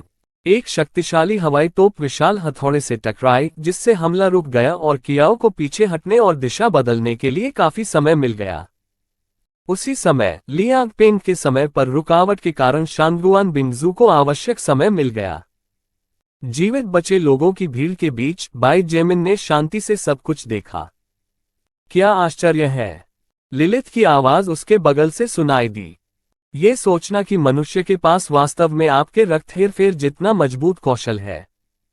नहीं, उसका कौशल कमजोर है। बाई जेमिन ने धीरे से अपना सिर हिलाया और फुसफुसाते हुए उत्तर दिया। अच्छा, ये सच है कि उन्नत चरणों में आपका कौशल अधिक मजबूत होता है। लेकिन आप कैसे जानते हैं? लिलिथ ने भौहें चढ़ाकर उसकी ओर देखा, उसके उत्तर की प्रतीक्षा में। स्वाभाविक प्रवृत्ति। बाई जेमिन थोड़ा मुस्कुराई। बाह! लिलिथ ने आंखें घुमाई। कियाओ लांग वास्तव में मजबूत था। हालांकि शांगगुआन बिंग जू जितना शक्तिशाली नहीं था, फिर भी वह शक्तिशाली था। उनके कौशल की खोज बाई जेमिन ने पहले ही कर ली थी और वह वास्तव में बहुत मजबूत थी। हालांकि शुरुआती दौर में यह मजबूत था, बाई जेमिन को पता था कि भविष्य में उनका रक्त हेरफेर कौशल बेहद भयानक होने वाला था। दूसरी ओर कियाओ लांग का कौशल इसकी तुलना में और अधिक महत्वहीन हो जाएगा। तुम जाकर उसे खत्म क्यों नहीं कर देते? लिलिथ थोड़ा ऊब रहा था और जाहिर तौर पर कुछ खून देखना चाहता था। हालांकि मुझे पता है कि मैं मजबूत हूं, लेकिन ब्लेजिंग बीटल के खिलाफ मेरी लड़ाई में मेरे जीवित रहने और विजयी होने का कारण मेरी बुद्धिमत्ता थी, न कि मेरी ताकत, क्योंकि मैं स्पष्ट रूप से कमजोर था। बाई जेमिन ने अपनी आंखें सिकोड़ ली और उसके अंदर एक अजीब सी चमक चमक उठी। अब हम सभी एक ही समूह में हैं, लेकिन भविष्य में जरूरी नहीं कि ऐसा हो। लिलिथ की आंखें चौड़ी हो गईं और उसने उसकी ओर ध्यान से देखा और उसने आश्चर्य से पूछा, क्या आप उनमें से प्रत्येक की ताकत और कमजोरियों का अध्ययन कर रहे हैं? बाई जेमिन हल्के से मुस्कुराए लेकिन कोई जवाब नहीं दिया। इसके बजाय उन्होंने शांगुआन बिंगजू, चेनहे और लियांग पेंग की गतिविधियों पर ध्यान केंद्रित किया। जाने कि आप क्या करने में सक्षम हैं, अपने दुश्मन के बारे में जानें, योजना बनाएं और आप हर लड़ाई में अजेय बनकर उभरेंगे। यह एक कहावत है जिसका शौक बाई जेमिन को बचपन से ही था। हालांकि वह और वे वर्तमान में सहयोगी थे, बाई जेमिन को पहले ही एक ऐसे व्यक्ति द्वारा हत्या के प्रयास का सामना करना पड़ा था जिसे वह जानता भी नहीं था। बाई जेमिन को अपने जीवन में कभी भी पीठ में छुरा घोंपने की कोई इच्छा नहीं थी। अतीत में एक बार ही काफी था। माफी से अधिक सुरक्षित, उसने खुद से फुसफुसाया। जैसे ही उसने बाई जेमिन को ऐसे अभिनय करते हुए देखा जैसे वह कोई कंप्यूटर हो, लिलिथ उसकी खुशी के बीच थोड़ी सी दया महसूस करने से खुद को नहीं रोक सकी। वह खुश थी कि उसने ऐसा सोचा क्योंकि उसका जीवित रहना बहुत आसान होगा और उसके मरने की संभावना बहुत कम होगी। हालांकि उसे दया भी आ रही थी क्योंकि वह बहुत तेजी से बदल रहा था। उस नवयुवक की तुलना में जिसे उसने पहली बार देखा था, वह नवयुवक जो अपनी पहली ज़ोंबी को देखकर डर गया था और लेवल 5 बिग बी को देखकर भी चिल्लाया था, वर्तमान में वह बहुत अधिक ठंडा और ठंडे दिल वाला था। उसने कौन सा कौशल हासिल किया? लिलिथ ये जानने की कोशिश में पागल हो रही थी लेकिन उसे वह उत्तर नहीं मिल सका जिसकी उसे तलाश थी। केवल 6 दिनों में इतना कुछ बदलना उसके लिए असंभव था। इसलिए उसने एक शक्तिशाली निष्क्रिय कौशल हासिल कर लिया होगा लेकिन इसके परिणामस्वरूप दुष्प्रभाव होंगे। जैसे ही लिलिथ ने उसे जटिल भावनाओं के साथ देखा जबकि बाई जेमिन ने प्रत्येक विकसित की गतिविधियों का विश्लेषण किया, लड़ाई जारी रही। शांगुआन बिंगजू स्पष्ट रूप से अधिक मजबूत थी, लेकिन कियाओ लॉन बेहद चालाक थी और उसने चेन्हे की सुरक्षा का उपयोग करके उसे अपने बर्फ के हमलों को रोकने और रक्षात्मक दीवारें खड़ी करने के लिए मजबूर किया, जिसके कारण उसे बड़ी मात्रा में मैना खर्च करना पड़ रहा था। कियाओ लॉन को स्वाभाविक रूप से पता था कि वे दोनों तब से दोस्त थे जब वे छोटे थे। आखिरकार शांगुआन बिंगजू और चेन्हे दोनों सर्वनाश से पहले प्रसिद्ध पात्र थे, इसलिए उन्होंने इसका इस्तेमाल उनके खिलाफ किया। चेन्हे मजबूत था लेकिन उसकी क्षमता दूरगामी हमलों में थी। हालांकि हर बार जब वह दूर जाना चाहता था, कियाओ लॉन उससे अधिक गति से उसके सामने आ जाता था, इसलिए वह पूरी तरह से दब जाता था। जहां तक लियांग पेंग का सवाल है, हालांकि उसके पास कियाओ लॉन के जीवन को खतरे में डालने की शक्ति थी, लेकिन उसकी चपलता उसे पकड़ने के लिए बहुत कम थी। इसलिए लियांग पेंग कियाओ लॉन को करीब आने का मौका दिए बिना शांगुआन बिंगजू के पास खड़ा हो गया। बाई जेमिन, तुम क्या कर रही हो? तुम्हारी अब भी जाने की योजना नहीं है। शांगुआन बिंगजू अंततः मदद नहीं कर सका लेकिन निराश हो गया और पीछे देखते हुए जोर से चिल्लाया। वह वास्तव में कियाओ लॉन को मारने का इरादा रखती थी, लेकिन वह इधर उधर भाग रहे फिसलन भरे कॉकरोच की तरह था। जैसे कि यह पर्याप्त नहीं था, उसने चेन्हे की रक्षा करते हुए अपना लगभग सारा मन खर्च कर दिया था और इस समय उसका मूड बेहद खराब हो गया था।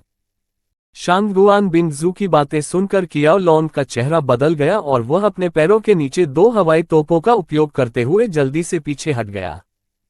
वर्तमान में वह पहले से ही भारी संकट में था। यदि कोई और विकसित होता तो संभावना थी कि उसके पास पीछे हटने के अलावा कोई विकल्प नहीं होता। जरूर, मुझे लगा कि आप इसे स्वयं करना चाहते हैं। बाई जेमिन सहज कदमों से बाहर चला गया और उसने कियाओ लॉन को एक ऐसी मुस्कान के साथ देखा जो मुस्कुराहट नहीं थी। यह आप है। जब कियाओ लॉन ने उसे देखा तो उसकी पुतलियां सुई के आकार तक सिकुड़ गईं और वह हौंफने के अलावा कुछ नहीं कर सका। वास्तव में वह इस हद तक सदमे में था कि वह चिल्लाए बिना नहीं रह सका। हालांकि उस रात अंधेरा था और कियाओ लॉन बाई जेमिन की शक्ल नहीं पहचान पाया था। काला कोट और उसके हाथ में तलवार कुछ ऐसी चीज थी जिसे कियाओ लॉन कभी नहीं भूलेगा चाहे कुछ भी हो जाए। मुझे खुशी है कि तुमने मुझे याद किया। बाई जेमिन ने मुस्कुराते हुए सिर हिलाया, मानो किसी पुराने मित्र का अभिवादन कर रही हो। चूंकि कियाओ लोंग मूर्ख नहीं बन रहा था, इसलिए उसके लिए यह आसान था कि उसे इधर उधर न भागना पड़े। क्या आप इस बदमाश को जानते हैं? शांगगुआन बिन जू ने बाई जेमिन को सावधानी से देखा और उससे दूर चला गया। बाई जेमिन ने उसकी ओर देखा और जवाब देने के बजाय उसने पूछा, 3 दिन पहले की वह तूफानी रात, उन लाशों ने मुझे घेरने का कारण वही था। क्या आपको लगता है कि मैं उससे जानता हूं या नहीं? पहले तो वह हैरान रह गई। हालांकि उसने जल्द ही राहत की हल्की सांस ली। चूंकि कियाओ लोंग ने उसे मारने की योजना बनाई थी, इसका मतलब था कि वे दोस्त नहीं थे। यदि बाई जेमिन और कियाओ लोंग दोस्त होते और एक साथ आ जाते तो चीजें कठिन होती। टकराना। कियाओ लांग का चेहरा पीला पड़ गया और एक पल की भी झिझक के बिना वह भागने के लिए मुड़ गया। हवाई तोपों से उसके पैरों के नीचे की जमीन थोड़ी सी फट गई और वह तेजी से भाग गया। कियाओ लोंग के समूह के लोग इस हद तक हैरान थे कि वे जो देख रहे थे उस पर विश्वास नहीं कर पा रहे थे। वह, जो घोर अहंकारी था और स्वयं को राजा कहता था, वास्तव में एक काया मुर्गे की तरह भाग रहा था। लेकिन बाई जेमिन उसे अपनी इच्छा से आने जाने की इजाजत कैसे दे सकती थी? तुम्हें क्या लगता है कि तुम कहां जा रहे हो? अचानक कियाओ लांग के कदम अचानक रुक गए। एक क्षण बाद उसने मुंह में ताजा खून थूका और अपने पेट को पकड़कर गुर्राते हुए जमीन पर घुटनों के बल बैठ गया। बाई जेमिन ने कदम दर कदम और बिना किसी जल्दबाजी के संपर्क किया। इस बिंदु पर उसे अपने मुख्य कौशल का थोड़ा सा भी प्रदर्शन करने में कोई आपत्ति नहीं थी। वैसे भी यह संभावना नहीं थी कि कोई भी इतने कम परीक्षण के साथ इसकी पहचान कर पाएगा। कियाओ लोंग के बगल में पहुंचकर बाई जेमिन नीचे बैठ गई और अपने स्वस्थ हाथ से उसके बालों को पकड़ लिया, जिससे उसका सिर ऊपर उठ गया और सीधे उसकी आंखों में देखने को मिला। ओह! कियाओ लोंग दर्द से मुंह बनाने के अलावा कुछ नहीं कर सकी। हालांकि जब उसने बाई जेमिन की आंखों में देखा तो वह इतना चौंक गया कि एक पल के लिए वह उस दर्द को भूल गया जो उसे महसूस हो रहा था। शांगगुआन बिन जू की आंखें स्वभाव से ठंडी थीं और ऐसा लग रहा था मानो जीवन भर उसकी निगाहें भावनाओं के किसी भी संकेत के साथ जमी हुई थीं। लेकिन बाई जेमिन की निगाहों से निकलने वाली शीतलता क्रूरता से भरी हुई थी, जो उसके अस्तित्व के हर कण से आती हुई प्रतीत होती थी। एक छोटे पक्षी ने मुझसे कहा कि तुम्हें लाशों के साथ खेलना पसंद है। दिलचस्प लगता है। अध्याय 39 बिना पछतावे के हत्या भाग 2 अंतिम। एक छोटे पक्षी ने मुझसे कहा कि तुम्हें लाशों के साथ खेलना पसंद है। दिलचस्प लगता है। बाई जेमिन द्वारा अभी अभी बोले गए शब्दों को सुनकर इमारत के अंदर लोगों की भीड़ जो चुपचाप लड़ाई देख रही थी और बचे हुए लोग जो ही यूहान द्वारा निर्देशित थे, हॉन्फेने के अलावा कुछ नहीं कर सके। ज़ूम्बीज़ के साथ खेले से बाई जेमिन का क्या मतलब था? निस्संदेह वे सब समझ गए। वे उन शब्दों के पीछे के इरादे को कैसे नहीं समझ सके। आखिरकार कियाओ लोंग के नेतृत्व में जीवित बचे लोगों के समूह ने उसे जीवित लोगों को लाश के सामने फेंकते देखा था। बाई जेमिन के नेतृत्व वाले समूह और अन्य लोगों ने 1 घंटे से भी कम समय पहले घटनाओं की कहानी सुनी थी। ये सुनते ही चेन हे का चेहरा थोड़ा बदसूरत हो गया। अब भी वह यूं ही जाकर किसी व्यक्ति की हत्या नहीं कर सकता। सैन्य पृष्ठभूमि वाले परिवार में पले बड़े चेन हे का हमेशा से मानना था और अब भी है कि अपराधियों को कानून का सामना करना चाहिए। ये व्यक्ति पागल है। वह मजाक कर रहा है ना? चेन हे ने स्तब्ध होकर पूछा। कौन जानता है? शांगगुआन बिन जू ने अनुपस्थित और बिना अधिक रुचि के उत्तर दिया। फिलहाल उसके विचार कुछ और ही चल रहे थे। अभी क्या हुआ? कियाओ लोंग, जो कुछ ही समय पहले पूरी तरह से शक्तिशाली अभिनय कर रहा था, अचानक एक कीड़े की तरह कमजोर क्यों हो गया और मुंह से खून की खांस ली? शांगगुआन बिन जू बाई जेमिन को संदेह भरी नजरों से देखते हुए इन सवालों के जवाब ढूंढने की कोशिश कर रही थी। बिन जू, क्या तुम्हें इससे कोई आपत्ति है? अगर आपके परिवार को भी पता चल गया तो वे इसे स्वीकार नहीं करेंगे। ये देखते हुए कि यहाँ कितने गवाह हैं। चेन हे इशारा करने से पहले एक पल के लिए झिझके। उनके दृष्टिकोण से, जबकि यह सच था कि दुनिया बदल गई थी, यह असंभव था कि सेना लाशों को हरा नहीं सकती थी, ये देखते हुए कि वे कितने धीमे थे। सब कुछ एक निश्चित स्तर की सामान्य स्थिति में आने से पहले ये केवल समय की बात थी, और भले ही दुनिया अब पहले जैसी स्थिति में नहीं लौट सकती थी, चेन हे के लिए यह स्वाभाविक था कि कानून लागू किए जाएंगे। शांगुआन बिंगजू ने उसे थोड़ा निराश होकर देखा। वह जानती थी कि चेन हे दयालुता के कारण बाई जेमिन को रोकने के लिए ये शब्द कह रहा था, लेकिन नियमों के बिना इस दुनिया में वह दयालुता कुछ हद तक कष्टप्रद थी। तो फिर तुम चाहते हो कि मैं उसे मार डालूं? उसने लापरवाही से पूछा, जैसे किसी व्यक्ति को मारना बिल्कुल भी मुश्किल नहीं था। मेरा परिवार मेरा समर्थन कर रहा है, भले ही मैं उसे इतने सारे लोगों के सामने मार दूं तो भी यह ठीक होना चाहिए। क्या? मेरा मतलब यह नहीं था और आप इसे जानते हैं। चेन वह मदद नहीं कर सका, लेकिन उसे ऐसे देखा जैसे वह पागल हो। वैसे भी वह बदमाश किसी न किसी तरह मर जाएगा। शांगुआन बिंगजू ने कियाओ लांग को घृणा और नफरत से देखने से पहले अपना सिर हिलाया। इतना गंदा आदमी, इसीलिए उन्हें शुरू से ही अस्तित्व में नहीं रहना चाहिए। चेन हे उसके अंतिम शब्द सुनकर थोड़ा अवाक रह गया। अंत में वह केवल आह भर सका, क्योंकि उसकी आंखों में जटिल भावनाएं चमक उठीं। दूसरी ओर जब जीवित बचे लोग उसे डर के साथ देख रहे थे, और जबकि चेनहे और शांगुआन बिंगजू के पास वर्तमान स्थिति के बारे में अलग अलग विचार थे, बाई जेमिन कियाओ लॉन्ग को जमीन पर ऐसे खींच रहा था जैसे कि वह एक टूटा हुआ कपड़ा हो।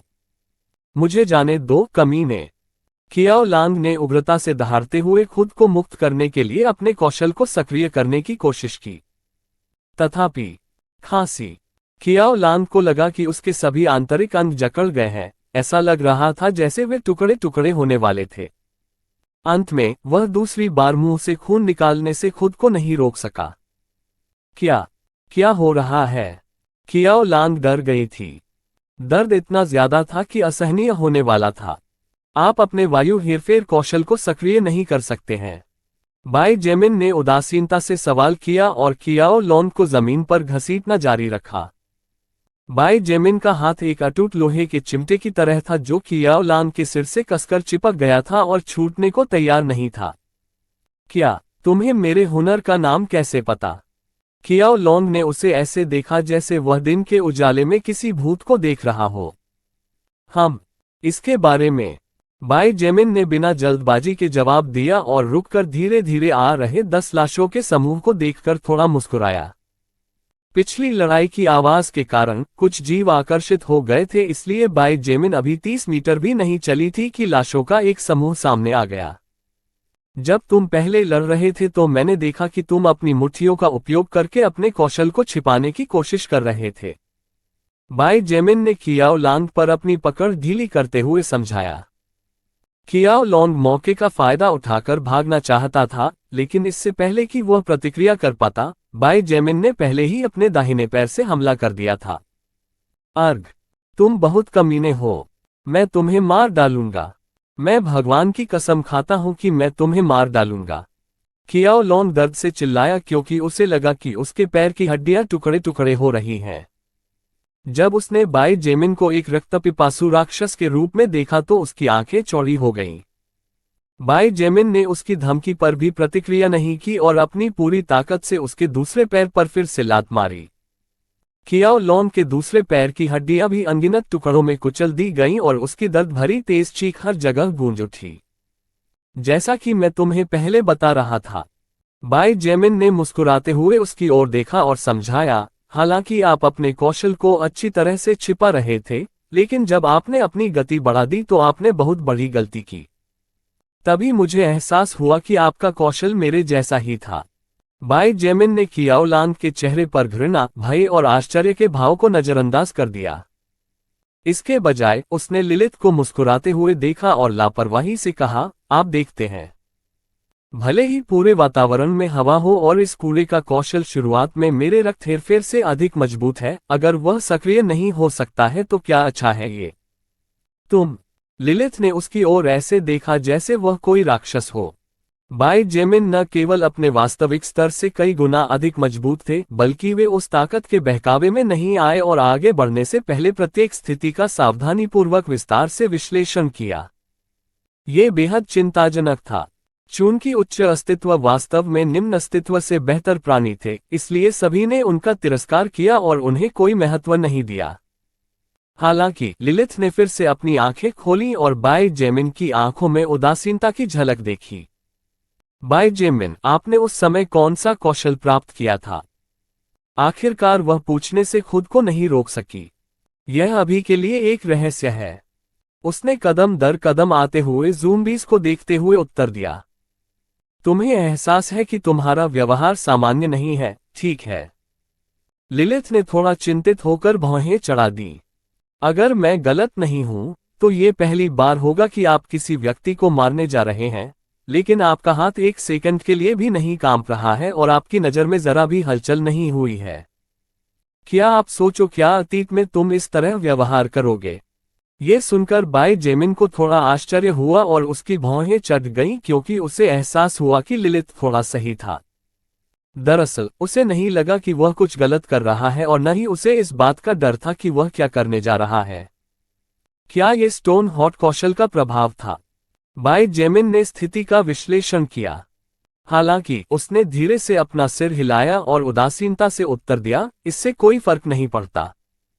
ये व्यक्ति मुझे मारकर मुझे मेरे प्रियजनों से अलग करना चाहता था, इसलिए मैं उसे मार डालूंगा। क्या ये गलत है? नहीं, ऐसा नहीं है कि यह गलत है। लिलिथ को नहीं पता था कि क्या उत्तर दे। क्या ये गलत था? निस्संदेह ये गलत नहीं था और वह खुश थी कि उसने इसे समझा।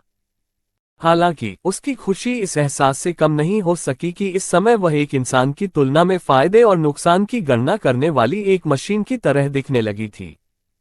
इस दृष्टिकोण से वर्तमान बाय जेमिन नहीं थी उच्चतर अस्तित्वों से बहुत भिन्न। कियाओ लॉन को जब लाशों की निकटता और उनकी गुर्राहट महसूस हुई तो वह डर के मारे चिल्लाने लगा।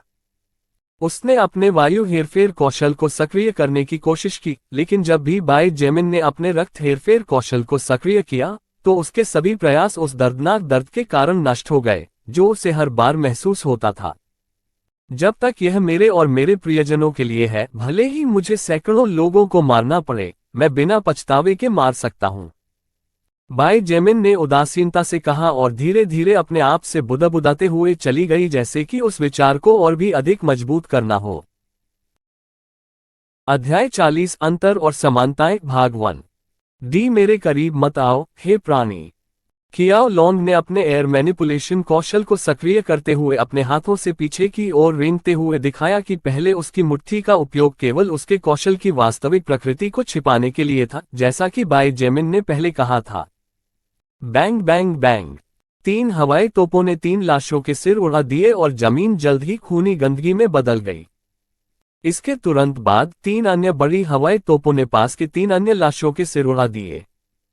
हालांकि कियाओ लॉन्ग के आतंक से जब उसने अन्य 3 हवाई तोपें बनाना चाहा तो उसे एहसास हुआ कि उसके पास और कोई मन नहीं बचा है। अपनी पिछली लड़ाई में शांगगुआन बिंग जू एकमात्र ऐसा व्यक्ति नहीं था जिसने बहुत अधिक मैना का सेवन किया था, कियाओ लॉन्ग वही था। तेज और खतरनाक हमलों के कारण जो वह उसे मारने के इरादे से कर रही थी, कियाओ लॉन्ग को अपने कौशल को अधिकतम संभव करने के लिए मजबूर होना पड़ा और दुर्भाग्य से शांगगुआन बिंग जू का आइस मेकर कौशल उसके लिए एकदम सही काउंटर था, क्योंकि वह दीवारें बना सकती थी उसकी तोपों से बचाव के लिए बर्फ की और उसे उससे दूर रखने के लिए बर्फ की गोलियों या बर्फ की बाइकों की। कियाओ लॉन्ग के वायु हेरफेर कौशल ने उसे अपने पास की हवा को नियंत्रित करने की अनुमति दी, लेकिन बाय जेमिन के रक्त हेरफेर कौशल के विपरीत कियाओ लॉन्ग लोगों के अंदर की हवा को नियंत्रित नहीं कर सका। प्रत्येक कौशल के अपने फायदे और नुकसान थे। हालांकि दोनों बहुत शक्तिशाली थे। शक्तिशाली कौशल की मन खपत भी सामान्य से बहुत अधिक है। बाय जेमिन की आवाज दूर और दूर होती हुई कियाओ लॉन्ग के कानों तक पहुंची।